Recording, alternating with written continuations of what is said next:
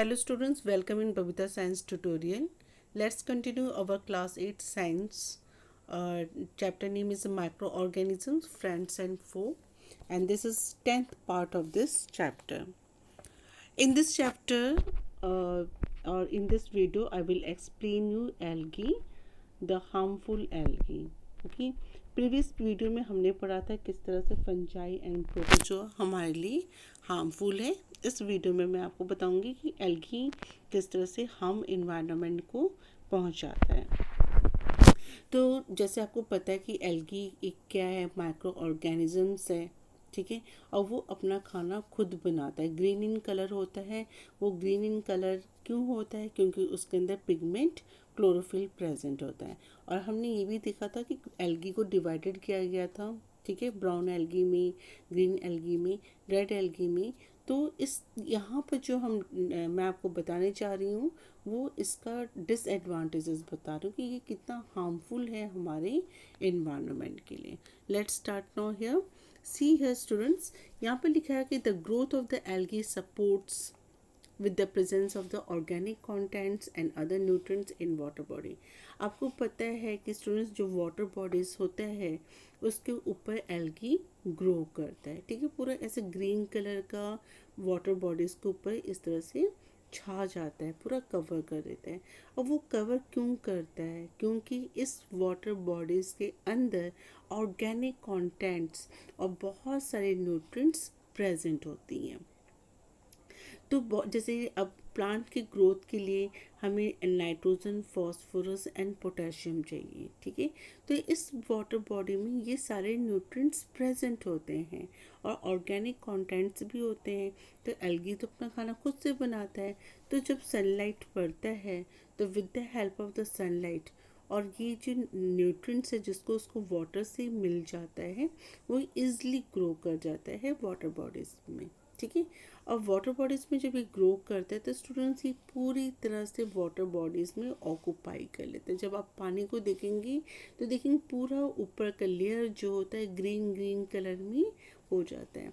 वो क्या होता है? वो एल्गी होता है. एल्गी नाइट्रोजन, फॉस्फोरस, पोटेशियम लेने के साथ साथ ऑक्सीजन को भी ये कंज्यूम कर लेता है. वाटर बॉडीज़ में जो ऑक्सीजन प्रेजेंट होता है उसको भी ये ले लेते हैं. तो स्टूडेंट्स आपको पता है कि जो वाटर में ऑक्सीजन प्रेजेंट होता है वो एक्वेटिक ऑर्गेनिज्म के लिए बहुत ही यूज़फुल होता है. लेकिन एल्गी क्या करता है? ये ऑक्सीजन ले लेता है जिसके कारण से परसेंटेज ऑफ ऑक्सीजन जो होता है वाटर्स के अंदर वो डिक्रीज कर देते हैं. और इसके साथ साथ वो टॉक्सिक केमिकल्स भी रिलीज़ करता है. टॉक्सिक मतलब पॉइजन, जहरीला केमिकल्स को भी रिलीज़ करता है जिससे एक्वेटिक ऑर्गेनिज्म जो हैं, फिशेस हैं, बर्ड्स एंड अदर एनिमल्स जो पानी पीने के लिए आते हैं वो भी मर जाते हैं. जो कि ये जो टॉक्सिक केमिकल्स हैं in aquatic organism, birds and animals के लिए सही नहीं होता है. एल्गल ब्लूम, जो वाटर बॉडीज के ऊपर जो एल्गी ब्लूम खिलता है, एल्गी पूरी तरह से ऑक्यूपाई कर लेता है क्योंकि वाटर बॉडीज़ के अंदर इंक्रीज न्यूट्रिएंट्स बहुत ज़्यादा होता है. उस प्रोसेस को हम लोग कहते हैं यूट्रॉफिफिकेशन. तो एक तरह से हम बोले कि यूट्रॉफिफिकेशन कॉज करता है एल्गी को ग्रोथ करने में, क्योंकि वाटर बॉडीज़ में जो न्यूट्रिएंट्स होता है, नाइट्रोजन, फॉस्फोरस बहुत ज़्यादा पाया जाता है और जो कि एल्गी के ग्रो में बहुत हेल्पफुल रहता है. अब यूट्रॉफिफिकेशन होने का रीज़न क्या है?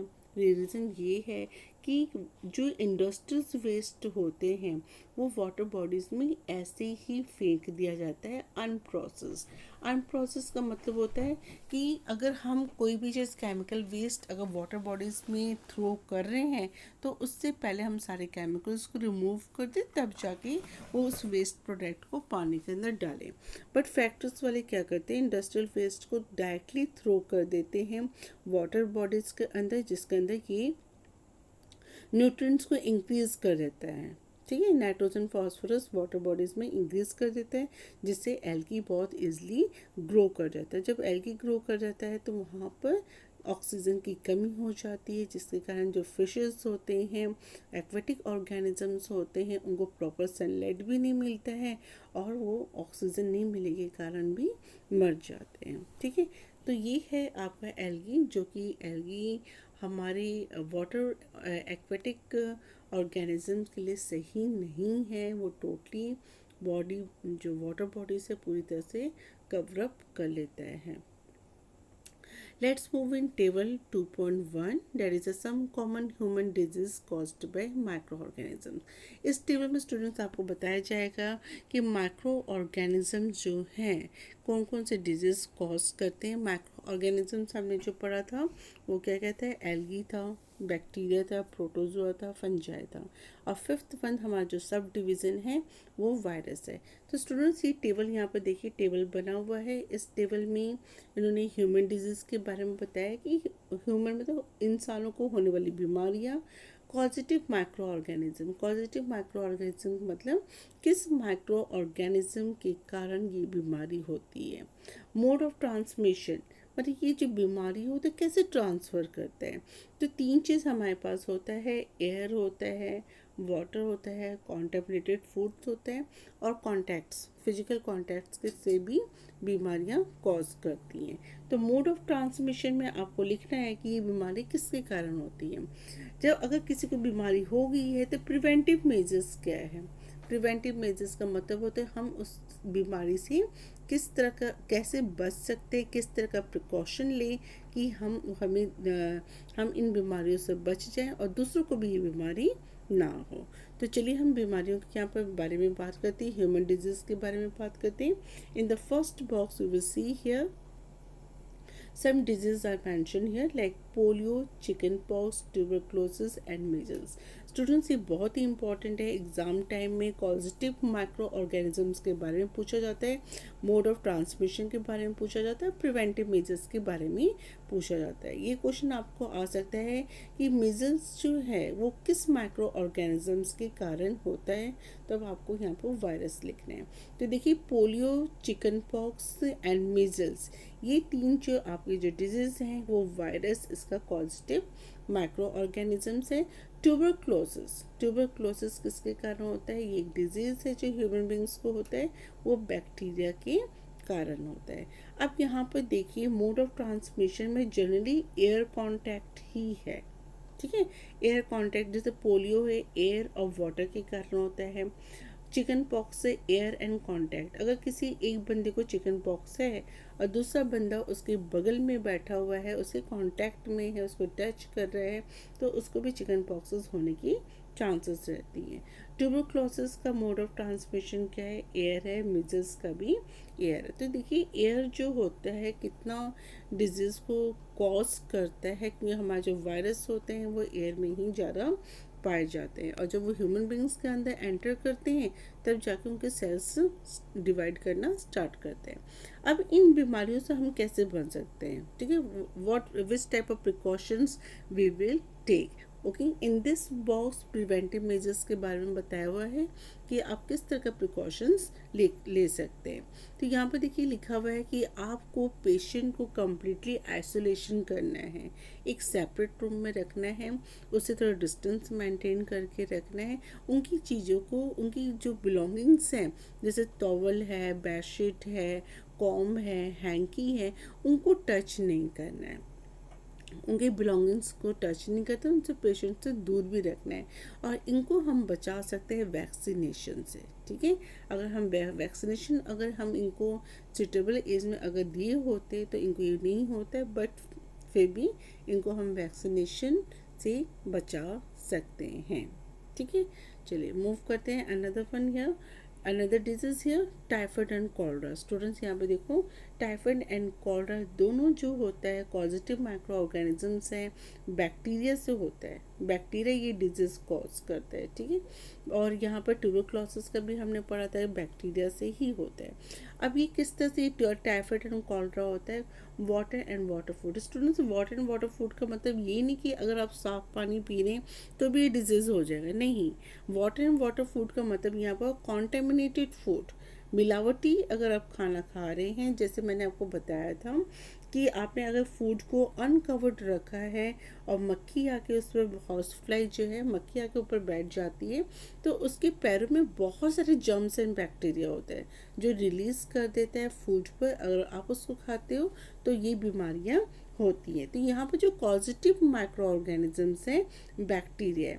वाटर, अगर आप कहीं का भी पानी पी लेते हैं, पॉल्यूटेड वाटर है, कॉन्टेमिनेटेड वाटर है, उससे भी ये बीमारियाँ टाइफाइड एंड कॉलरा होती है। तो कोशिश कीजिए कि आप जो है आरओ का पानी पिए। अगर आप स्कूल जाते हैं तो अपना खुद का वाटर बॉटल होना चाहिए, इधर उधर का पानी नहीं पीना चाहिए, जिससे ये बीमारियाँ होती हैं। ठीक है, तो प्रिकॉशंस में आप ये ले सकते थे। यहाँ पर वाटर एंड वाटर फूड का मतलब contaminated water and water food है, गंदा पानी गंदा खाना, मिलावटी वाले जो खाने होते हैं। फिर यहाँ पर देखिए प्रिवेंटिव मेजर्स में क्या बताया है कि maintain personal hygiene and a good sanitary habits. आपको अपना हाइजीन मेंटेन करना है। हाइजीन का मतलब वो स्टूडेंट साफ़ सुथरा रहना है, अच्छे कपड़े पहनने हैं, साफ़ सुथरा फ्रेश खाना को खाना है। सैनिटरी हैबिट्स को भी टॉयलेट साफ में चाहिए। अच्छी आदत डालिए कि टॉयलेट गए और आने के बाद हैंड वॉश कीजिए। ठीक है, उन सब हैबिट्स को अच्छा करना है आपको। Consume properly cooked food and boiled drinking water.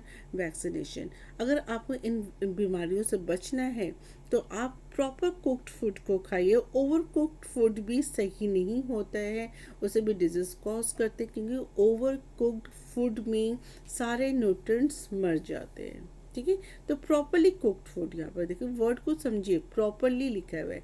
ये सही ढंग का खाना पका होना चाहिए, ज़्यादा पका नहीं होना चाहिए, ना ही कच्चा होना चाहिए। ठीक है, और बॉइल्ड ड्रिंकिंग वाटर, बॉइल्ड मतलब पानी गर्म करके उसको ठंडा करके पीजिए। और इसका अनदर सोल्यूशन है वैक्सीनेशन। ठीक है, वैक्सीनेशन से भी बीमारियों से बचा जा सकता है। नेक्स्ट है स्टूडेंट्स, यहाँ पर देखिए हेपेटाइटिस बी है। हेपेटाइटिस बी में भी क्या होता है कि स्किन येलो पड़ जाता है, यूरिन येलो हो जाता है, आइज येलो, जस्ट लाइक ये आपका जॉइंडिस की तरह होता है। ठीक है, और ये किसके कारण होता है? ये वायरस के कारण होता है। इसे हमें HBV कहते हैं, हेपेटाइटिस बी वायरस बोला जाता है। ठीक है, जिसके कारण ये डिजीज़ होता है। अब ये भी जॉइंडिस किस कारण से होता है? अब स्टूडेंट यहाँ पर कॉन्टेमिनेटेड वाटर, जो अगर आपका पानी सही नहीं है, पोल्यूटेड वाटर पी रहे हैं जिसके अंदर जर्म्स ज़्यादा है, ठीक है, ये सीधा आपके लीवर को इफ़ेक्ट करेगा। और लीवर को इफ़ेक्ट करने के बाद ये जो सिक्रीट करता है, बाइलरुबिन बोला जाता है, एक्सेस सिक्रीट करने पर क्या होता है कि स्किन येलोइश होने लग जाता है, यूरिन येलो होने लग जाता है, आइस आपका येलो हो जाता है, जो कि बहुत, ये भी जो हमारे हेल्थ के लिए सही नहीं है। ठीक है, तो इन सब से बचने के लिए प्रिवेंटिव मेजर्स क्या लेंगे student? Drink boiled drinking water. ठीक है, वेरी सिंपल। आप पानी को बॉईल कर लीजिए, उसको ठंडा करके पीजिए। ठंडा बॉईल करने से क्या होता है कि पानी के अंदर जो भी जर्म्स एंड बैक्टीरिया है वो सारे किल हो जाते हैं। और इसका वैक्सीनेशन है, हेपेटाइटिस बी का वैक्सीनेशन है। अगर आप लेते हैं तो ये डिजीज़ ना होने की चांसेस, गारंटी नहीं लेते बट ना होने की चांसेस होती है। इसके बाद आइए स्टूडेंट्स, मलेरिया है। यहाँ पर पॉजिटिव माइक्रो ऑर्गेनिज्म है जिसके कारण मलेरिया होता है, वो प्रोटोजोआ है। ठीक है, प्रोटोजोआ में हमने पढ़ा था प्रीवियस टॉपिक में, प्लाज्मोडियम के कारण होता है। अब यहाँ पे प्लाज्मोडियम क्या था, आपको मैंने बताया था कि ये कॉज डिजीज करता है। ठीक है, फीमेल एनोफिल्स क्या था, आपका वेक्टर था जो कि डिजीज को कैरी करता है। तो मलेरिया जो होता है प्लाज्मोडियम से होता है। यहाँ पर देखिए मॉस्किटो के बारे में, किस कारण होता है? मॉस्किटो के काटने से होता है। फीमेल एनोफिल्स बोला था मैंने। अब इसको आप मलेरिया से कैसे बच सकते हैं? मलेरिया से बचने के लिए आप क्या प्रिकॉशंस लेंगे? मॉस्किटो नेट लगाइए, रेपेलेंट्स लगाइए, जैसे गुड नाइट मशीन होता है ना, गुड नाइट लिक्विड, इन सब में कॉयल होता है, इन सबको जलाइए, लगाइए, मच्छर आपके आसपास भी नहीं आएंगे। Spray insecticides. स्टूडेंट्स, इंसेक्टिसाइड्स का मैंने आपको बताया था, मतलब क्या बताया था? To kill. ठीक है, those chemicals which can kill the insect is called the insecticide. Insecticides, मतलब वो केमिकल्स जो इंसेक्ट को किल करते हैं वो इंसेक्टिसाइड्स कहलाते हैं। तो आप अपने अगल बगल इंसेक्टिसाइड्स को स्प्रे कीजिए और वहाँ पर कोशिश कीजिए कि मॉस्किटो ब्रीडिंग ना करें। ठीक है, ब्रीडिंग मतलब वो फर्टिलाइजेशन ना करे, बच्चे को ना जन्म देंगे, क्योंकि जितना वो फर्टिलाइज करेंगे वहाँ पर मॉस्किटो अंडा ज़्यादा देंगे, वो मॉस्किटो वहाँ पर ज़्यादा से ज़्यादा होगा। और वाटर को अपने आसपास के सराउंडिंग्स में कलेक्ट नहीं होने दीजिए, क्योंकि जो मॉस्किटो होता है ज़्यादा ब्रीड वो डर्टी वाटर्स पे ही करता है। तो स्टूडेंट्स, ये तो सारा था आपका जो कॉमन डिजीज़ जो ह्यूमन बींग्स में होता है, किस कारण से होता है, इसका पॉजिटिव माइक्रो ऑर्गेनिज्म क्या है, ट्रांसमिशन किस कारण से ट्रांसमिट करता है, और प्रिवेंटिव मेजर्स क्या हैं। ये तो आपके ह्यूमन बींग्स के थे। यहाँ पे कुछ डिजीज़ हमने प्लांट्स का भी दे रखा है। चलिए हम सबसे पहले लेते हैं प्लांट डिजीज में सिट्रस कैंकर। ओके स्टूडेंट्स, ये सिट्रस कैंकर जनरली जैसे ऑरेंज हो गया, लेमन हो गया, उस पर देखिए ये ऐसे ना ऐसे ब्राउनिश करके येलोस करके आ जाता है। ठीक है, वो सड़ने लगता है। तो ये किस माइक्रो ऑर्गेनिजम्स के कारण होता है? बैक्टीरिया के कारण होता है। अब ये कैसे ट्रांसफ़र करता है? ऑब्वियसली एयर से ये ट्रांसफ़र करता है। ठीक है स्टूडेंट, तो यहाँ तो आपका था, एक था plant disease citrus canker. Next see here rust of wheat. ये स्टूडेंट, ये भी एक रस्ट ऑफ वीट है। अब जब वीट प्लांट को देखेंगे तो वहाँ पर उसके जो लीव्स होते हैं वो देखिए इस तरह से आपको दिखाई देंगे। प्योर ग्रीन कलर के नहीं होते, इस वजह से ब्राउनिश कलर के, ऐसे से ब्लैक कलर का, ऐसे से आपको स्पॉट्स नज़र आएगा। ठीक है, तो it's a one kind of the disease which can cause the wheat plant. Okay, that disease is called a rust of wheat. Now what is a causative microorganism here? Fungi. इसका मतलब fungi जो disease cause करता है वो क्या है? Rust of wheat करता है। और ये किसके कारण होता है? एयर एंड सीड्स के कारण। अगर सीड्स आपने खराब सीड्स को सो कर दिया है तो भी ये डिजीज होने की चांसेस होती हैं। नेक्स्ट स्टूडेंट्स, यहाँ पर येलो वेन मोजैक ऑफ भिंडी। आपने भिंडी का पौधा देखा होगा स्टूडेंट्स, उसके जो लीव्स होते हैं वो देखिएगा येलोइश हो जाते हैं, येलो येलो कलर का हो जाता है ना। यहाँ पे देखिए आप इस पिक्चर को आप देख सकते हैं कि किस तरह से येलो हो गया उसके लीव्स। तो इस डिजीज़ को हम लोग कहेंगे येलो वेन मोजैक ऑफ भिंडी। ठीक है, और ये किस कारण हुआ? पॉजिटिव माइक्रो ऑर्गेनिज्म क्या है यहाँ पर? वायरस है। ठीक है, और ये ट्रांसमिशन कैसे हुआ? मोड ऑफ ट्रांसमिशन किस तरह से हुआ? इंसेक्ट्स के कारण हुआ। तो स्टूडेंट्स, ये तो सारे थे हमारे कुछ डिजीज जो कि ह्यूमन बींग्स में माइक्रो ऑर्गेनिज्म कॉज करते हैं और कुछ हमारे प्लांट्स में कॉज करते हैं। इस टेबल को आप लोग अच्छे से लर्न कर लीजिए, क्योंकि ये क्वेश्चंस आते हैं कि येलो वेन मोजैक ऑफ भिंडी जो डिजीज है वो किसके कारण होता है? तो वायरस के कारण होता है। और ट्रांसमिशन कैसे होता है? इंसेक्ट्स के थ्रू होता है। In the next video I will explain you food preservation. Okay student, till then you can revise all this topic. Okay, and if you have any kind of problem then ask to me and give comments in my comments box. I will definitely reply you. Till then, bye and have a nice day.